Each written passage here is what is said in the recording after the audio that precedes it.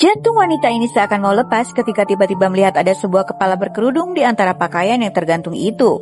Namun sepertinya wanita ini berhalusinasi. Ya, sejak memutuskan untuk mengguna-gunai suaminya yang tak peduli lagi pada dirinya, wanita bernama Sesha ini memang merasakan perubahan sikap suaminya Kira yang sangat drastis. Namun di sisi lain, ia pun seakan dihantui sesuatu yang membuat hidupnya menjadi tak tenang. Kira suaminya kini menjadi jatuh cinta padanya, namun pemuda itu seakan tak ingin melepaskan dirinya, bahkan bersikap aneh, seakan sangat memuja dirinya.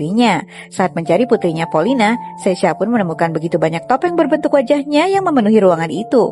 Tiba-tiba Kira muncul dan memprotes karena Sesha terlambat pulang, membuat Sesha risih dan merasa jika bukan seperti itu yang ia inginkan.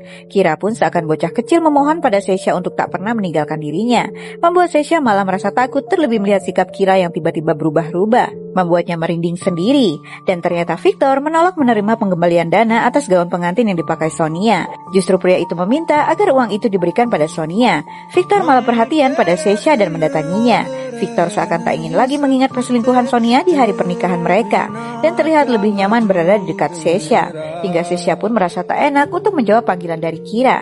Tapi lagi-lagi Sesha merasakan sakit teramat sangat di perutnya yang bikin dia berteriak. Untungnya Victor masih berada di sana dan segera membawa Sesha ke rumah sakit. Namun baru akan pergi, tiba-tiba saja Kira muncul dan langsung menghajar Victor, yang tentu saja Sesha langsung melerai keduanya. Tapi Victor juga bukan pria yang lemah. Ia berhasil melumpuhkan Kira. Kira pun menjadi malu saat mendengar jika justru Victor akan menolong mengantar Sesha yang kesakitan ke rumah sakit.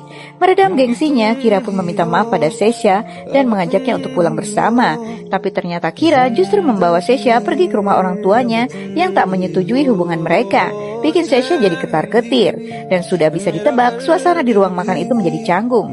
Ternyata Kira bermaksud ingin meminta cincin pusaka warisan turun-temurunnya untuk diberikan pada Sesha, sebagai tanda jika Sesha sah menjadi istrinya. Tapi ibunya keberatan, bahkan mengatakan kalau cincin itu akan diberikan pada orang yang layak.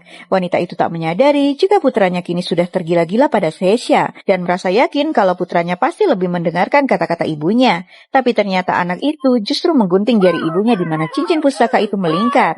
Benar-benar tak waras pemuda ini, membuat ibunya berteriak histeris, juga bikin Sesha pucat pasi. Ayah Kira pun berusaha mencegah putranya yang menggila, tapi Kira yang kesetanan malah mendorong ayahnya sampai jatuh. Sementara wanita itu tak berkedip melihat jarinya telah hilang satu. Pria tua itu pun berkata pada Sesha untuk segera lari. Tapi waktu Sesha akan keluar pagar, tiba-tiba Kira sudah ada di belakangnya, lalu berkata kalau anak mereka tidak ada dengan ibunya Sesha, melainkan di tempat lain. Yang tentu saja hal itu bikin Sesha jadi semaput, dan akhirnya ikut pulang bersama Kira dan menemukan putrinya yang diletakkan begitu saja di dalam sebuah bathtub yang dialasi dengan topeng-topeng batu berwajah dirinya.